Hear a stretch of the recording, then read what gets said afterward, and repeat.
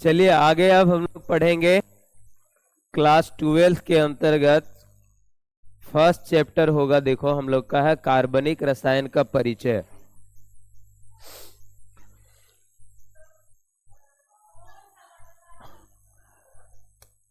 देखो यही introduction of organic chemistry. हम लोग ऑर्गेनिक केमिस्ट्री पहले हम लोग सीखेंगे, ध्यान देगा। 12th क्लास के अंतर्गत हम लोग यहां जो पढ़ेंगे ना, फर्स्ट चैप्टर जो पढ़ेंगे, ब्लैक चल जाएगा फिर। इंट्रोडक्शन ऑफ ऑर्गेनिक केमिस्ट्री अभी जो पढ़ेंगे ना हम लोग, सेकेंड बुक का फर्स्ट चैप्टर पढ़ रहे हैं। फर्स्ट बुक आपका बाद में आएगा।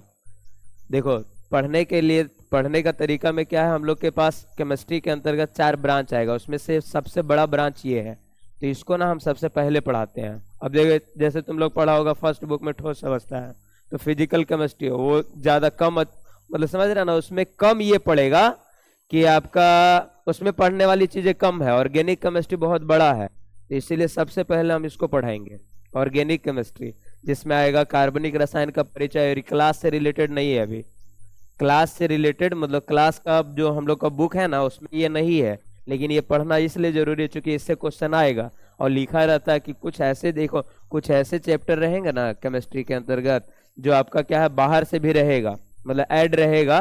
कार्बनिक रसायन का परिचय ऑर्गेनिक केमिस्ट्री के अंतर्गत हम लोग को जो जो चैप्टर पढ़ना है उसका बेस पढ़ाएंगे पहले हम, जो पढ़ा हुआ नहीं है, मतलब जो आपका बुक में वो है नहीं, लेकिन बिना हम इसके जाने उस वाले सेक्शन को कंप्लीट नहीं कर पाएंगे, इसलिए पढ़ेंगे। तो शुरू हम लगा दिया ठोस अवस्था, फिर टोकने से ही अच्छा जाता है, टोकना ठोकना ये सब अच्छी क्रिया है। चलो आगे, अब पहले इसमें जानते हैं। देखो कार्बनिक रसायन का परिचय इस चैप्टर में पढ़ना है, फर्स्ट वाला आपका है, तो पहले हम लोग इसमें यहां पे जानेंगे। देखिए ये वाला आपका है कि पहले हम लोग केमिस्ट्री को ही जान लेते हैं। केमिस्ट्री देखिए हम लोग जानते हैं कि विज्ञान की 3 शाखा है। साइंस, साइंस पढ़ा होगा कि साइंस किसे कहते हैं, ये सारी चीजें पढ़े हम लोग। तो हम लोग जानते हैं कि साइंस में 3 शाखा है। एक को हम लोग फिजिक्स बोलते हैं, भौतिकी, एक को बायोलॉजी बोलते हैं, एक को हम लोग बोलते हैं केमिस्ट्री। 3 है आपका, एक आपका फिजिक्स है, भौतिक, बायोलॉजी, जीव विज्ञान जिसको बोलेंगे, और तीसरा आपका आएगा केमिस्ट्री, यानी इसको बोलेंगे रसायन विज्ञान।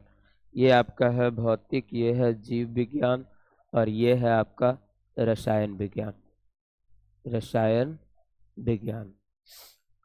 अब देखिए ये तीनों जो है साइंस, इन तीनों का सम्मिलित रूप है। इन तीनों के अंतर्गत आपका, इन तीनों का जो हम लोग स्टडी करते हैं उससे बनता है आपका ये साइंस यहाँ पे। अब ये तीनों में स्टडी हम लोग क्या करते हैं, सारे जो, जैसे कि फिजिक्स वाला है, फिजिक्स वाला शुरू हुआ होगा तो बताए होंगे, इसमें हम लोग क्या करते हैं, कोई प्रकृति एवं प्रकृति घटनाओं का अध्ययन करते हैं। यदि साइंस में इसको हम लोग लॉजिकल भाषा में समझे तो इसमें एक ही चीज पढ़ते हैं, कारण। दुनिया में जो चीज होती है, जो भी घटना घटती है, वो सारे घटना का हम लोग कारण यहाँ पढ़ते हैं। यानी कुछ भी हो रहा है, आपका इलेक्ट्रिक चीजें चल रही है, फिर आप चल रहे हैं, पक्षी उड़ रहा है, सारी घटनाएं जो भी आपका हो रहा है सबका रीजन, कारण आप या कहाँ पे पढ़ेंगे, भौतिकी में। बस भौतिकी विज्ञान में यही है, जितने भी घटनाएं हैं सबका रीजन यहाँ पढ़ते हैं। ये घटना जिस पे घटता है, यानी इसका इफेक्ट, प्रभाव, जो भी चीजों पे प्रभाव होगा घटना का, वो प्रभाव हम लोग जीव विज्ञान में पढ़ते हैं। और सबका हल, सॉल्यूशन कौन देगा, केमिस्ट्री। इसीलिए सबसे आगे का विज्ञान कहा जाता है इसे, रसायन विज्ञान को आगे का विज्ञान कहा जाता है और भौतिक विज्ञान को पीछे का, और जीव विज्ञान वाला बीच वाला। ये बीच वाला है, ये आगे वाला है, ये पीछे वाला है। अब इसमें जैसे कि क्या है कि आप जैसे कि चलते चलते गिर गए, तो जिस घटना से आप गिरे, फिजिक्स, अब गिरने के बाद कहीं पे लगा होगा, वो बायोलॉजी, और उसके बाद आप कुछ लगाएंगे, वो है केमिस्ट्री। तो यही है आपका लॉजिक कि हम लोग कारण पढ़ते हैं फिजिक्स में, प्रभाव होता है ये, और हल होता है आपका ये। अब आप समझिए कि सबसे इंपॉर्टेंट साइंस के अंतर्गत सबसे इंपॉर्टेंट जो हो जाता है केमिस्ट्री का महत्व क्यों बढ़ जाता है। आप कारण जान रहे हैं, आप प्रभाव जान रहे हैं, हले नहीं जान रहे। कुछ होगा, कोरोना में हम लोग जान गए थे कि फेफड़ा से मतलब जैसे कि आपका क्या होता है कि श्वास नलिकाओं के जरिए कोरोना का वायरस अंदर चला जाता है, फिजिक्स कारण हुआ। बायोलॉजी भी जान गए थे कि हम लोग का फेफड़ा उफड़ा खराब हो जाता है, ऑक्सीजन का लेवल घट जाता है, लेकिन बिना केमिस्ट्री के उसका इलाज संभव नहीं था। इसीलिए केमिस्ट्री सबसे ज़्यादा इम्पोर्टेंट, साइंस के दृष्टिकोण से अभी ज़्यादा इम्पोर्टेंट वाला विज्ञान हो गया। कुछ भी चीज़ों का निर्माण करना है केमिस्ट्री ही कर सकता है। फिजिक्स तो कारण बताएगा कि कारण से ये हुआ है, बायोलॉजी इफेक्ट बताएगा कि हमारे ऊपर ये इफेक्ट पड़ रहा है। हम लोग हल किससे करेंगे? केमिस्ट्री से। इसीलिए सबसे ज़्यादा इम्पोर्टेंट, समझ रहा ना साइंस में।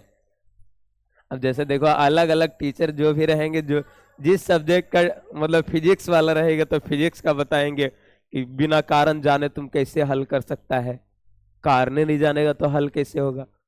केमिस्ट्री वाला कहेगा कारण जान रहा है तो क्या करेगा, हमरा बगैर हल होगा? नहीं होगा। तो ये इसलिए मतलब ये है, हालांकि तीनों विज्ञान का उतना ही महत्व है, लेकिन सबसे ज्यादा इसलिए अब इसका महत्व बढ़ते जा रहा है चूंकि बहुत सारी जगहों पे देखे होंगे हम लोगों का ना, जैसे कि कुछ चीजें ऐसा है जिसका अभाव होने जा रहा है, और अधिक अभाव हो, जैसे कि खाने का अभाव हुआ, कुछ कुछ चीजों का मान लेते हैं कि इतना सारा जैसे कि लोग है, इतने जनसंख्या पॉपुलेशन है, उतना गाय से दूध नहीं निकाल पा रहे हम लोग, तो दूध बना रहे हैं अलग से, मतलब केमिस्ट्री के अंतर्गत। इसलिए इसका इम्पोर्टेंस अभी ज़्यादा बढ़ा हुआ है। जितने भी नैनो बायो मतलब बोलते हैं इसको हम लोग नैनो बायोटेक्नोलॉजी, नाम है बायोटेक्नोलॉजी, काम करते हैं केमिस्ट्री के लिए। तो ये सारी चीज़ों का ना मतलब जो निर्माण है हो रहा है ना, जो भी चीज़ों का निर्माण है अलग से आपका हो पा रहा है, वो किसका वजूद है? वो केमिस्ट्री का है, रसायन विज्ञान का। अब इसमें हम लोग जानते हैं रसायन विज्ञान में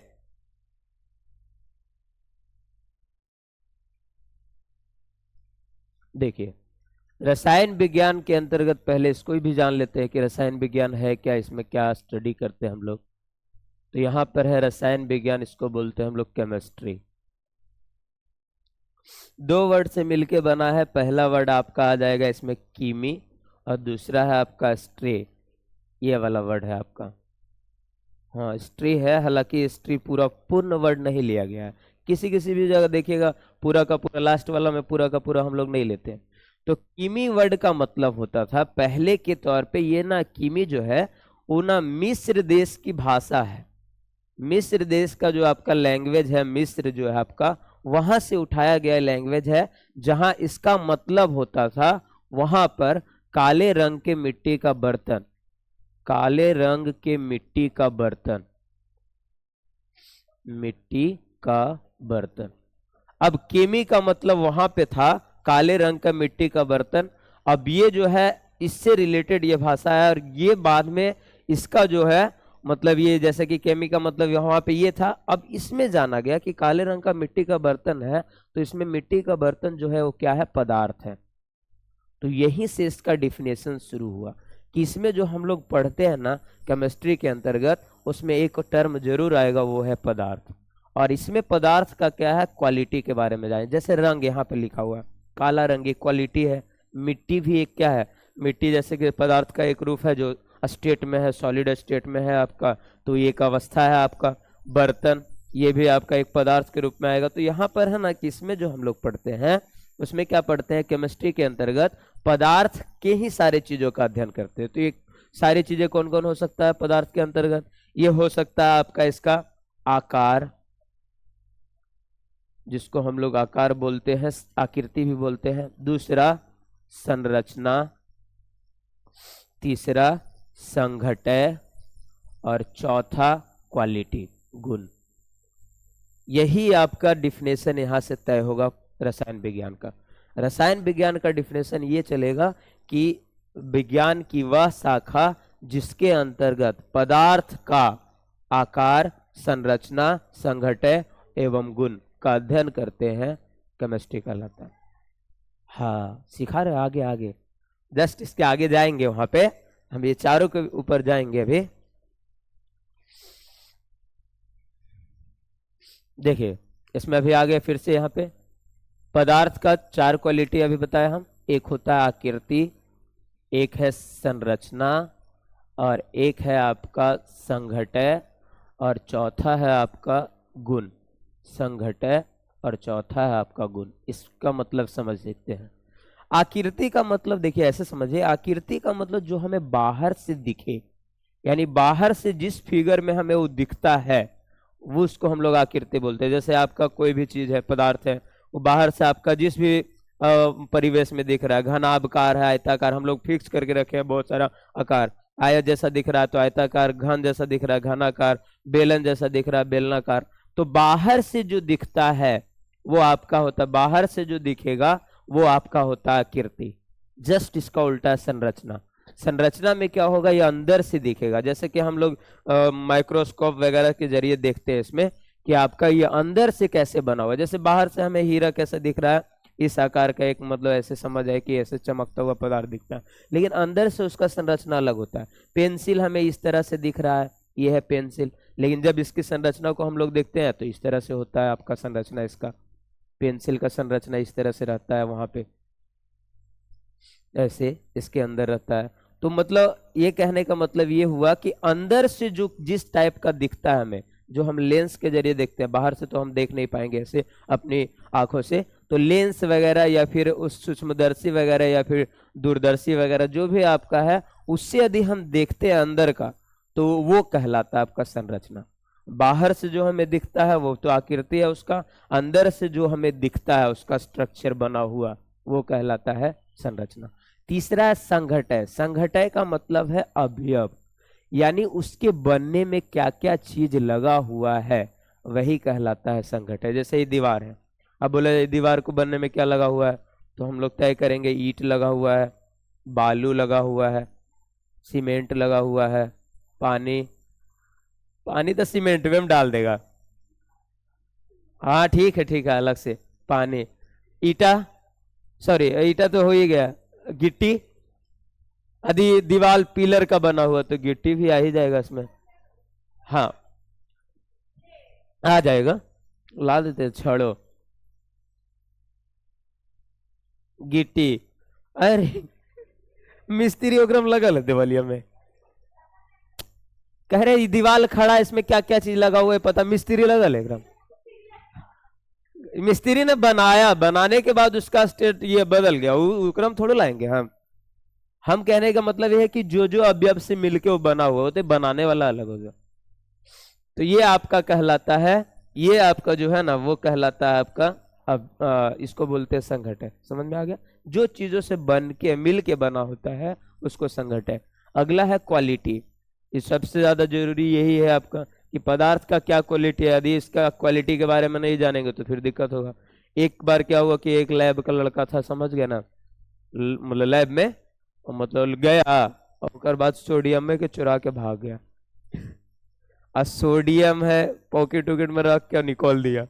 आज सोडियम है ज्वलनशील पदार्थ, जैसे ही वो टेम्परेचर में आएगा, वायुमंडल के टेम्परेचर में जलना शुरू, मतलब नहीं जानेगा क्वालिटी, और केमिस्ट्री में जाके चुरावे उरावे वाला काम करेगा तो अंजाम खराब हुआ है। इसीलिए वहां पर क्वालिटी जानना जरूरी है हम लोग का।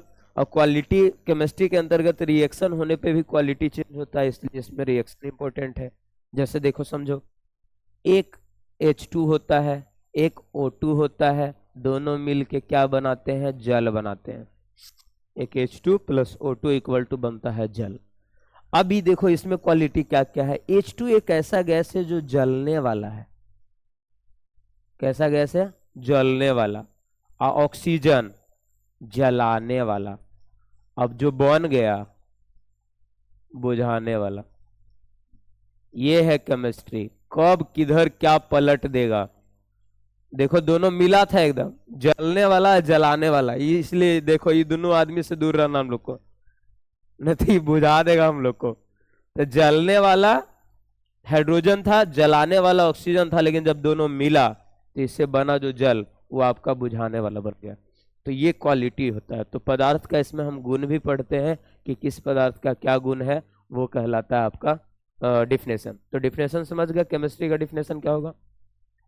पदार्थ का आकृति, संरचना, संघटन एवं गुण का अध्ययन करते हैं, केमिस्ट्री रसायन शास्त्र कहलाता है। बस इतना याद रखना है और कुछ नहीं। इसमें पहला यही डिफिनेशन होगा कि आपका मतलब बोलेगा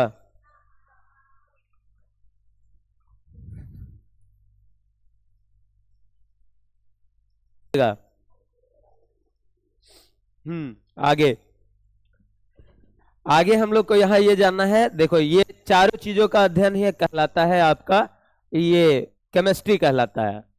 अब यहाँ पर बाद में जैसे और सारे वैज्ञानिक आए तो मॉडिफिकेशन क्या है, मॉडिफाई, जैसे गाड़ी उड़ी होता है तो करवा ही देता है, मॉडिफाई करते हैं, उसी तरह इसका भी डेफिनेशन में मॉडिफाई किया गया। कि पहले तो हम इन सारी चीजों को पढ़ रहे थे, फिर एक और चीज ऐड किया गया केमिस्ट्री के अंदर, कि केमिस्ट्री में ऐड किया गया आपका कि इसमें ना इसका सेकेंड डिफिनेशन बनाया गया। कि फर्स्ट डिफिनेशन तो सही है कि सारे चीजों को हम पढ़ते हैं, लेकिन जिस तरह से केमिस्ट्री आगे बढ़ रहा है उसमें सेकेंड डिफिनेशन ऐड करना पड़ेगा। और वो सेकेंड डिफिनेशन क्या है? कि विज्ञान की वह शाखा जिसके अंतर्गत काफी सूक्ष्म कणों का अध्ययन किया जाता है। सूक्ष्म कणों का अध्ययन भी किसके अंतर्गत आएगा? केमिस्ट्री के अंतर्गत आएगा। तो काफी सूक्ष्म कणों का अध्ययन जो है वो क्या कहलाएगा? केमिस्ट्री कहलाएगा, यानी रसायन शास्त्र कहलाएगा। तो सेकेंड डिफिनेशन यही है। अब ये क्यों आया? क्योंकि इसके अंतर्गत ना बहुत सारे देखा होगा कि जिसको हम नहीं कभी देख पाते हैं उसका अध्ययन करते हैं। इलेक्ट्रॉन, इलेक्ट्रॉन के अंदर उसका गतिज ऊर्जा, मतलब उसके अंदर उसका सारा क्वालिटी का अंदर अध्ययन कर लेते हैं। तो इलेक्ट्रॉन क्या है? एक छोटा सा पार्टिकल है पदार्थ का। तो यही काफी सूक्ष्म कणों में से एक आएगा इलेक्ट्रॉन। एक प्रोटॉन होता है, न्यूट्रॉन होता है, ऐसे ही बहुत सारे कण होते हैं। प्रोटॉन होता है, फिर हम लोग पढ़े हैं न्यूट्रॉन होता है, फिर पॉजिट्रॉन होता है, बहुत सारे कण होते हैं। तो सूक्ष्म कणों का भी अध्ययन कहाँ किया जाता है? केमिस्ट्री में। तो सेकेंड डिफिनेशन इसका यही है कि रसायन विज्ञान की वह शाखा जिसके अंतर्गत काफी सूक्ष्म कणों का अध्ययन किया जाता है, ये आपका कहलाएगा रसायन विज्ञान कहलाता है। तो दूसरा डिफिनेशन ये, पहला तो आप याद रखिएगा, दूसरा ऐड करने का रहेगा तो ये भी कह दीजिएगा तो चल जाएगा कि विज्ञान के बोलो। हाँ, ऐड मतलब एक ही डिफिनेशन बोलना, या बोल दो या बोल दो मतलब ये हुआ। अब दोनों चीज खाए खुराक में, वाह, जैसे होता है ना भोज में शाकाहारी है कि मांसाहारी, तो मांसाहारी वाली तो दोनों चीजें हो गया ना, शाकाहारी भी खा सकते हैं, थोड़ा मांसाहारी है तो खाली मांस खाएगा वो। कोई मांसाहारी नहीं होता है, ये ध्यान रखो। लोग बोले ना, मतलब शाकाहारी मतलब क्या, साग सब्जी वगैरह खाएगा उसी को शाकाहारी बोलते हैं।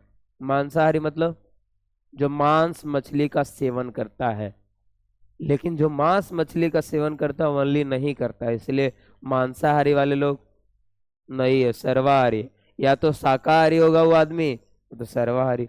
वही है कि कोई एक भी बोलिए आप, ये भी बोलिए ये भी बोलिए, चल जाएगा। ये आधुनिक में आया है, मॉडर्न में इसको ऐड किया गया है, लेकिन हम लोग परंपरा वाले लोग हैं, पीछे वाले लोग को फॉलो ज्यादा किए हैं। हाँ, हम लोग क्लासिकल हैं, क्लास में सीखने वाले को क्लासिकल कहा जाता है। हाँ, और मॉडर्न में सीखने वाले को मॉडर्न कहते हैं, मॉडर्न स्कूल में है। चलो आगे ध्यान देंगे, उधर नहीं जाएंगे, इधर। तो ये दो डिफिनेशन हो गया केमिस्ट्री के अंतर्गत। एक आपका ये जान गया कि केमिस्ट्री के अंतर्गत का डिफिनेशन फर्स्ट वही था, और सेकेंड वाला सूक्ष्म कणों का अध्ययन। अब एक बात जो सबको मतलब जानना पड़ता है कि इसके फादर कौन है। मतलब सबका फादर अलग अलग होता है। एक फादर हम लोग मान लिए हैं, बिना बाप के संसार नहीं चल सकता है, इसलिए हम लोगों को मानना पड़ता है। मैथ में है इसीलिए मैथ तो है ही, मैथ है एक सब्जेक्ट तो है ही, कहा जाए उसका तो जब आएंगे उस पर, तब अभी नहीं कर रहा। अभी केमिस्ट्री के लिए। तो केमिस्ट्री का भी एक फादर है, लेवोसियर बोलते हैं उसको, लेवोजियर लिखते हैं, फादर ऑफ केमिस्ट्री। लेकिन ये ना, यहाँ ध्यान दीजिएगा कि ये ना केमिस्ट्री का मॉडर्न पिता है। मतलब पहले वाले जो थे ना, उसका नाम रखा गया था बर्जीलियस को, मानते थे, ऑफिशियली नहीं किए थे। मतलब एक होता है ना ऑफिशियली कहने का मतलब, इसको नाम का दर्जा दे दिया गया, जैसे इनको दिया गया। तो जैसे कि केमिस्ट्री भी आपका पीछे का एक केमिस्ट्री है, एक आगे का है, मतलब मॉडर्न है। तो पीछे वाला केमिस्ट्री का जो था ना वो बर्जीलियस थे, लेकिन ऑफिशियली नहीं है। मतलब उसको ये नहीं, मतलब उसके ऊपर क्वेश्चन नहीं बनता है। फादर ऑफ केमिस्ट्री में मतलब एक ही आएगा नाम, वो आएगा लेवोजियर का, लेवोसियर का आएगा आपका, लिखा रहता है लेवोजियर, जो भी मतलब दोनों पढ़ सकते हैं हम लोग, कोई दिक्कत नहीं है। ये है। अब ये जो है फादर ऑफ केमिस्ट्री, जैसे फिजिक्स पढ़ेगा ना तो उसमें बहुत फादर पढ़ना पड़ेगा। क्लासिकल फिजिक्स का फादर न्यूटन को माना जाता है। फिर पढ़ेगा उसमें मेटाफिजिक्स का फादर, वो बताएंगे आगे फिजिक्स वाले, अभी इधर उधर नहीं जाएंगे हम।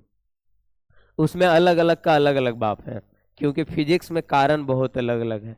केमिस्ट्री सबका सॉल्यूशन एक के बारे में।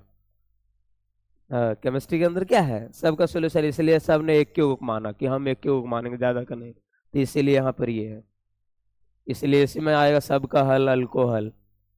अल्कोहल देखा होगा ना, ये ना है, अकेले हल कर देता है जितना प्रॉब्लम रहे, इसलिए केमिस्ट्री इधर है। तो आगे ये आप जानिएगा कि फादर ऑफ केमिस्ट्री जो है मॉडर्न केमिस्ट्री का नाम का है, ये क्लासिकल का नहीं है, पीछे वाला का नाम का मतलब ये नहीं है। तो फादर ऑफ केमिस्ट्री आपका लेवोजियर हो जाएंगे। तो यहाँ तक हम लोग को ये पढ़ना था, ठीक। अब हम लोग को जानना है, देखिए यहाँ पर क्या है, केमिस्ट्री का बंटवारा कैसे हुआ। यहाँ पर अब जानेंगे हम लोग के पास कौन कौन से जो आपके चैप्टर हैं पढ़ने हैं, और उसको हम लोग पढ़ते हैं। तो केमिस्ट्री ना मेन रूप से 4 भागों में बटा हुआ है। एक को बोलते हैं ऑर्गेनिक केमिस्ट्री, और 12th का यही वाला जो सेक्शन है ना टफ पड़ता है, क्योंकि रिएक्शन बहुत है इसमें, ऑर्गेनिक केमिस्ट्री। और दूसरा है आपका इनऑर्गेनिक केमिस्ट्री, इनऑर्गेनिक केमिस्ट्री। और तीसरा ब्रांच का नाम है physical chemistry, physical chemistry, physical chemistry. और चौथा का नाम है इन्वायरमेंटल केमिस्ट्री, इन्वायरमेंटल केमिस्ट्री। जो लिखा था, लिखा ही जाता है। इन्वायरमेंटल केमिस्ट्री 4 है। इसको बोलते हैं कार्बनिक रसायन, कार्बनिक रसायन। इसको बोलेंगे अकार्बनिक रसायन, अकार्बनिक रसायन। और इधर आपका आएगा, इसको बोलते हैं भौतिक रसायन। मतलब भौतिक विज्ञान का नहीं है, लेकिन बाहर वाले रसायन को हम लोग भौतिक रसायन बोलते हैं। और इसको बोलते हैं पर्यावरण रसायन, पर्यावरणीय रसायन। यही 4 आपका केमिस्ट्री के अंदर पार्ट है, मतलब 12th के बेसिस पे। उसके आगे जाइएगा तो बहुत सारा केमिस्ट्री का और बंटवारा हुआ, एनवायरमेंटल को भी 3-4 भागों में तोड़ दिया, फिजिकल को भी। लेकिन हम लोग के हिसाब से ये 4 है, organic chemistry, inorganic, physical, environmental. इसी के अंतर्गत कितना चैप्टर आपका 13 है, जिसमें से 2 सिलेबस को हटा दिया गया है, 11 चैप्टर पढ़ेंगे हम लोग। यानी यही सब में से 11 पढ़ेंगे, जिसमें से 4 ये अकेले हैं। 11 में से 4 अकेले आपका ऑर्गेनिक केमिस्ट्री का रहेगा। इसीलिए हम पहले इस सेक्शन को यहाँ पर इसका बेस को खत्म कर लेते हैं, फिर आगे हम लोग एक एक करके चैप्टर में चले जाते हैं। अकार्बनिक रसायन के अंतर्गत जब हम लोग जाएंगे तो इसमें ना 3 चैप्टर के आसपास आ जाएगा, इसका 3 चैप्टर रहेगा। अकार्बनिक के अंदर कौन कौन सा 3 रहेगा वो बता देंगे। भौतिक केमिस्ट्री के अंतर्गत 2 ही रहेगा, एक ही है, मतलब एक को ऐड कर दिया गया। पर्यावरणीय रसायन में भी 1 है। तो देखिए 4 3 7 2 9 1 10। अब बताए एक जो है, मतलब इसके मतलब समझ रहा ना कि मिला जुला के उसमें हम लोग को जो पार्ट पढ़ना है उसमें थोड़ा सा कार्बनिक भी आ जाएगा, थोड़ा सा अकार्बनिक भी रहेगा, मतलब मिक्सअप, एक मिक्सरन वगैरह है। ऐसे चैप्टर भी है जो मिक्सचर है, यानी मिला हुआ। तो यही है इतना, इतना में से ही हम लोग को एक एक करके पढ़ना है, जिसमें आपको हम जो शुरू में पढ़ाएंगे अभी वो ऑर्गेनिक केमिस्ट्री का ही बेसिक रहेगा। बिना बेसिक जाने आप आगे नहीं बढ़ पाइएगा, और इससे रिलेटेड क्वेश्चन एग्जाम में भी आएगा। मतलब ये चैप्टर में नहीं है, कहीं भी नहीं है मतलब दिया हुआ कि चैप्टर में हम लोग को इसको पढ़ना है, लेकिन क्या है आपका कि ये ना रिलेटेड है आपका। और ऑर्गेनिक केमिस्ट्री के अंदर जो 4 चैप्टर पढ़ेंगे ना, बिना इसको जाने आप समझ ही नहीं पाइएगा, इसीलिए हम इसको ऐड किए हैं। तो शुरू में हम लगा दिया कि सॉलिड स्टेट है। सॉलिड स्टेट तो एक चैप्टर हो, तो एक दो दिन का चैप्टर है। सबसे मेन चैप्टर है आपका, मेन ब्रांच जो है जिसपे हम लोग को कब्जा करना थोड़ा मुश्किल भी होता है और मतलब थोड़ा जरूरी है, लेकिन तो वो है आपका ऑर्गेनिक केमिस्ट्री। यही टफ पड़ेगा, ये सेक्शन टफ है। क्यों थोड़ा सा टफ इसलिए है क्योंकि इसके अंतर्गत ना बहुत सारा रिएक्शन पढ़ना है कि कौन पदार्थ किससे मिलके कौन सा पदार्थ बना ले रहा है, वो इसी में पढ़ना है, इसलिए थोड़ा सा टफ पड़ेगा। लेकिन हम लोग इसको कवर करेंगे अच्छे से, इसीलिए थोड़ा सा शुरू इसी से कर लेते हैं। शुरू इसलिए करते हैं क्योंकि अभी पढ़ लिया, थोड़ा सा लास्ट में पढ़ेंगे तो मिला के थोड़ा सा अच्छा लेवल पे पहुंच जाते हैं, रिवीजन का टाइम मिलता है। ये सब में कम रिवीजन करेंगे तो भी चलेगा, लेकिन इसमें रिवीजन बहुत ज़्यादा जरूरी है, इसीलिए इसको आगे लाएंगे हम लोग। तो पहले देखिए केमिस्ट्री का यही 4 ब्रांच है। कार्बनिक रसायन, बोलेगा कार्बनिक अकार्बनिक, 2 हो गया नाम, एक भौतिक और चौथा पर्यावरण। कार्बनिक होगा, अकार्बनिक होगा, भौतिक होगा और पर्यावरण, यही 4 आपका ब्रांच हो गए। तो यहाँ से हम लोग शुरू करते हैं अब आगे। अब आते हैं हम लोग यहीं से, यहाँ का जो फर्स्ट चैप्टर है कार्बनिक रसायन का परिचय। कार्बनिक रसायन का परिचय, रसायन का परिचय, यही हम लोग पढ़ेंगे। और याद रखेंगे इस सिलेबस का बेसिक चीज है, यानी बेसिक चीज आपको हम सबसे पहले पढ़ा रहे हैं इसको, कार्बनिक रसायन का परिचय। तो देखिए इसको बोलते हैं इंट्रोडक्शन ऑफ ऑर्गेनिक केमिस्ट्री। तो देखिए यहाँ पर एक वर्ड आ गया है कार्बनिक, पहले इसको ही जान लेते हैं कार्बनिक क्या है आपका। कार्बनिक का मतलब ये हुआ कि कार्बन से संबंधित, यानी कार्बन से रिलेटेड जो भी पदार्थ बनेगा या फिर जो केमिस्ट्री में कार्बन से रिलेटेड चीजों को पढ़ेंगे वही आपका कार्बनिक रसायन होगा। तो कार्बनिक रसायन में यहाँ पर होगा वर्ड जो आएगा कार्बनिक आएगा और इसमें ऐड कर देंगे यौगिक, यानी विज्ञान की वह शाखा, या बोलेगा अब रासायनिक विज्ञान की वह शाखा जिसके अंतर्गत कार्बनिक यौगिक का अध्ययन करते हैं, वो कहलाता है आपका कार्बनिक रसायन। बस मतलब ये कार्बनिक यौगिक का अध्ययन कार्बनिक रसायन। अब कार्बनिक यौगिक क्या है, थोड़ा सा इसको भी जानेंगे। इसमें क्या है कि कार्बन जो है वो दूसरे तत्वों से मिलके यौगिक बनाता है, और ये सबसे ज्यादा यौगिक भी है पूरे, मतलब जैसे नेचर में बोला जाएगा कि केमिस्ट्री के अंदर सबसे ज्यादा जो यौगिक बना वो कार्बन का बना है, किसी और का नहीं। और कितना बन गया, ऐसा अनुमान है कि 80 लाख प्लस हो गया है। यानी बोला जाता है कि किसी भी जीव का जो योनि है, कहने का मतलब हम लोग का जीव का जो टाइप हम लोग जन्म लेते हैं, ऐसा जो अवधारणा है कि मतलब दूसरे वाले में लेते हैं, तो 86 लाख है। और उतना ही क्या है कार्बनिक यौगिक बन गया है। 86 लाख योनि बोला जाता है कि हम लोग कीड़े मकोड़े ऐसे मिला के 86 लाख योनि है हमारे पास, तो उसमें से ना 80 लाख कार्बनिक यौगिक का निर्माण हो चुका है। और हम लोग शुरुआत भी करते हैं दिन का, तो कहाँ से शुरू होता है, कार्बनिक यौगिक से। ब्रश कार्बनिक यौगिक का बना हुआ है, उसका मतलब सारी चीजें, एक तो प्लास्टिक वाला हो गया, ये भी पकड़े हुए, ये भी कार्बनिक यौगिक है। सारा चीजें, जो बाल्टी भी अब लेते हैं, स्टील वाला क्या लेता है, यही वाला प्लास्टिक के वाला लगाता है, तो वो भी नहाने से लेके अब खाना वाला भी आ गया, वही थाली वगैरह क्या है। यानी जितनी भी चीजें हैं सब किसका बना हुआ, कार्बनिक यौगिक का। इसीलिए 80 लाख से ज्यादा यौगिक बन चुका है, कार्बनिक यौगिक 80 लाख से ज्यादा बन चुका है। और यही आपका क्या है कि कार्बनिक यौगिक का अध्ययन करते हैं। इसी में कार्बनिक यौगिक का अध्ययन कहलाएगा आपका कार्बनिक रसायन। अब ये कार्बनिक यौगिक जो बना हो किस किस से बना है, बात ये भी आता है कि कौन, सबसे तो नहीं बन गया होगा, यानी सारे लोग से मिलकर तो नहीं बन गया होगा। तो इसमें क्या है कि देखिएगा कौन कौन ध्यान रखेंगे हम लोग, कि कार्बन रहेगा, एक नाइट्रोजन रहेगा, ऑक्सीजन रहेगा, हाइड्रोजन रहेगा, सल्फर रहेगा। ये 5 मेंबर आपस में मिलके 80 लाख कार्बनिक यौगिक बना चुका है। यही 5, हाँ 5 आपस में ही मिल के, कभी ये इससे मिलेगा उससे मिलेगा, आपस में मिल के 5 में मेन रूप से है, 2-3 और एक्स्ट्रा जोड़ते हैं, लेकिन हम लोग को यहाँ ध्यान रखना है कि यही 5 पे फोकस रखना है। इत्यादि से, यानी इतने तत्व हैं, तो इत्यादि से व्युत्पन्न यौगिक, व्युत्पन्न यौगिक यानी इससे बना हुआ, व्युत्पन्न का मतलब उत्पन्न, आपस में मिलने से उत्पन्न यौगिक को व्युत्पन्न यौगिक बोलते हैं। तो ये सारे आपस में मिलेंगे और इससे न बना लेगा, ये यौगिक जो बनेगा उसी को बोलते हैं कार्बनिक यौगिक। जैसे बोल दे CH2 कैसा यौगिक है, तो अभी हम लोग देखे कि कार्बन आपका है और सल्फर मिल गया, ये दोनों मिलेगा तो कैसा यौगिक होगा? CH2 बोलेगा कैसा है, कार्बनिक और कार्बनिक कैसा यौगिक? कार्बनिक। तो ये ध्यान रखिएगा, ये सबसे मिलने वाला। CH4 पूछ दे कैसा यौगिक, तो C देख रहे हैं, C की अनिवार्यता रहेगी, C रहेगा मेन भूमिका में और उसके साथ ही सब रहेगा। CONH2 कहेगा कैसा यौगिक है, कार्बनिक है। ये पांचों से मिल के ध्यान रखना है।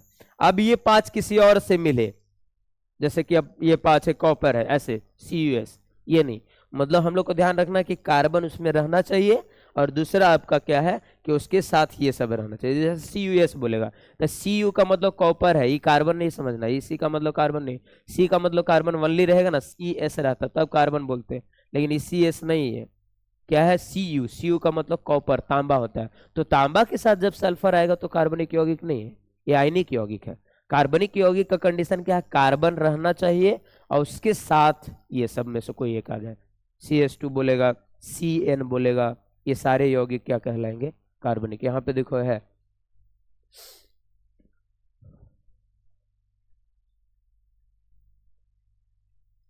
कार्बनिक रसायन, रसायन विज्ञान की वह शाखा जिसके अंतर्गत कार्बनिक यौगिक का अध्ययन करते हैं, यह कहलाता है आपका कार्बनिक रसायन। और यहाँ पर देखो कि कार्बनिक यौगिक वैसा यौगिक जो carbon, hydrogen, nitrogen, oxygen, sulphur के संयोग से बनते हैं, ये व्युत्पन्न यौगिक कार्बनिक यौगिक कहलाते हैं। थोड़ा सा यहाँ पे लिखा हुआ नहीं है, कार्बनिक यौगिक कहलाते हैं, बस ये हो जाएगा आपका। ये ध्यान रखेंगे, अब कार्बनिक यौगिक क्या कहलाएगा, कार्बन, हाइड्रोजन, हाइड्रोजन तो परम मित्र है उसका, मतलब कोई नहीं आएगा तो हाइड्रोजन रहेगा शुरू में ही। तो carbon, hydrogen, nitrogen, sulphur, oxygen से व्युत्पन्न यौगिक को हम लोग क्या बोलेंगे,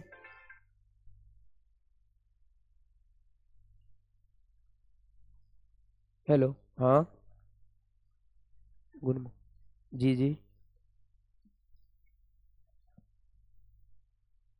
लिस्ट, हम क्यों लेंगे सर? हाँ हाँ हाँ हाँ हाँ, हम सोच रहे लीव। ठीक ठीक, चलेंगे, आ जाएंगे 9, 5, 9, 10 तक, वहीं पे जहाँ पे आप थे, चौक पे। ठीक ठीक ठीक, चलिए आगे। तो यहाँ हो जाएगा कार्बनिक रसायन, रसायन विज्ञान की वह शाखा जिसके अंतर्गत कार्बनिक यौगिक का अध्ययन करते हैं। और कार्बनिक यौगिक क्या कहलाया, कार्बनिक यौगिक आप समझ जाएगा, पांच गो का नाम ये रखना हम लोग को, carbon, hydrogen, nitrogen, sulphur, oxygen, इससे व्युत्पन्न, यानी ये दोनों ये सब आपस में मिलेंगे तो इससे जो यौगिक बनेगा वो कहलाएगा क्या, ऑर्गेनिक कंपाउंड। ये अब यहाँ पर देखिए, ये हो जाएगा कि कार्बनिक यौगिक है। तो सबसे पहले इन सभी चीजों का जो है अध्ययन, इसका ना स्टडी किए, स्टडी कौन किया है, लेमेरी नामक वैज्ञानिक ने। लेमेरी नामक वैज्ञानिक ने सबसे पहले इन सारी चीजों का स्टडी किया, अध्ययन किया। तो अध्ययन किया तो पदार्थ को उन्होंने क्या कहा, जैसे पदार्थ के बारे में अध्ययन किया तो उन्होंने पदार्थ को 3 श्रेणियों में विभाजित किया, जिसमें से यहाँ देखो लिखा हुआ है कि 1675 ईस्वी में लेमेरी नामक वैज्ञानिक ने आपका क्या किया कि पदार्थ जितने भी थे ना, नेचुरल सबस्टांस, उसको ना 3 भागों में वो क्या किए,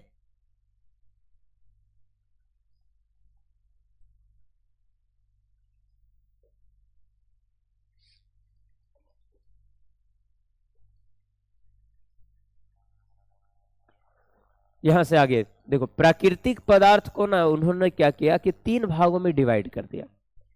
एक को पहले पादप, दूसरा को जीव जंतु में रखा और तीसरा को उन्होंने बनाया मिनरल्स, खनिज।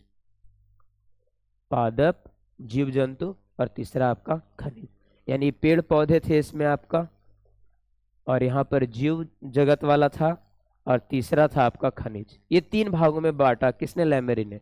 लेमेरी ने एक पुस्तक लिखा था, उसमें ही उन्होंने ये तीन भागों में डिवाइड किया। तो ये आपका तीन भाग था, पादप, जीव जंतु और खनिज। बाद में क्या हुआ कि बाद में ना इसका स्टडी किया गया, कि देखा गया कि कुछ कुछ ना समानता मिलता है।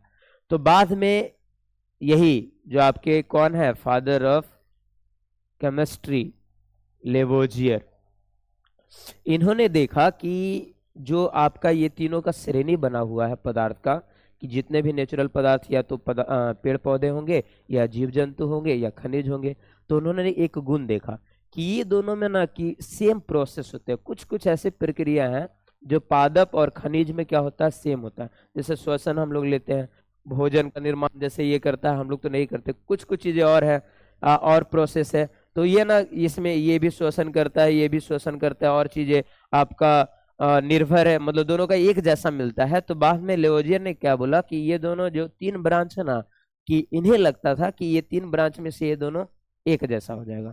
तो इन्होंने ये दोनों को मिला के क्या बोल दिया, सजीव। पेड़ पौधा और जानवर, ये दोनों को रख दिया सजीव में। और ये फिर आपका दूसरा वाला जो खनिज था उसको बना दिया निर्जीव। तो बस यहाँ पे बंटवारा यहाँ पे आपका ये था कि प्राकृतिक पदार्थों का जब स्टडी किया गया, जिसमें से हम लोग पढ़ लिए थे कार्बनिक यौगिक में।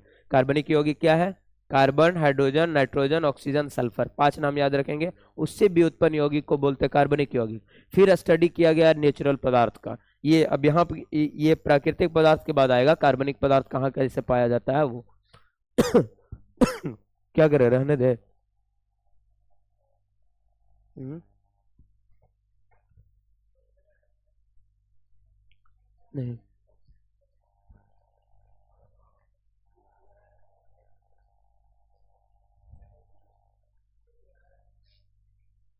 रेडियो स्टार्ट है।